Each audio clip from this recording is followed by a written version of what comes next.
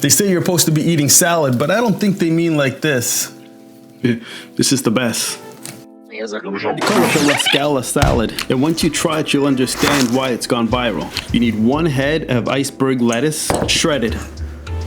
1 red onion, shredded. Thinly or a little bit thicker, depending on your preference.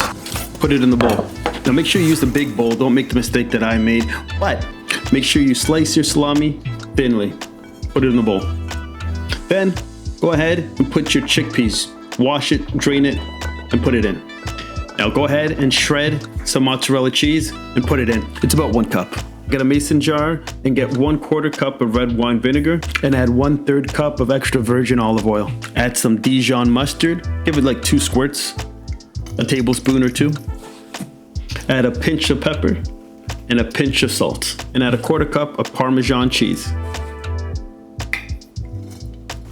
Give it a shake and get ready to pour it on top. And then you'll have yourself saying,